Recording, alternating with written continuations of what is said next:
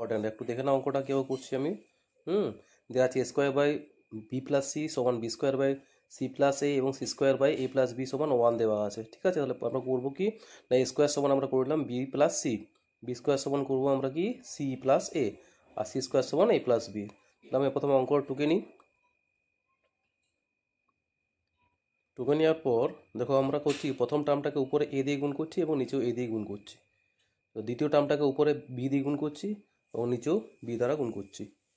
Third টার্মটাকে আমরা করবো কি সি দিয়ে গুণ করছি উপরে, আবার সি দিয়ে নিচেও গুণ করছি। কি আসবে গুণ করলে? গুণ করলে আসবে আমাদের A divided by A plus A square. দ্বিতীয়টা আসবে B divide by B plus B square. তৃতীয়টা আসবে C divide by C plus C square. এবার করবো কি আমরা যে মানগুলো আছে সেই মানগুলো বসিয়ে দিই। তাহলে আসছে কি এ প্লাস বি প্লাস সি, চলো নেক্সট বি, বি লিখলাম, বি স্কোয়ার ভ্যালুটা বসাই। কি আছে সি প্লাস এ বসালাম।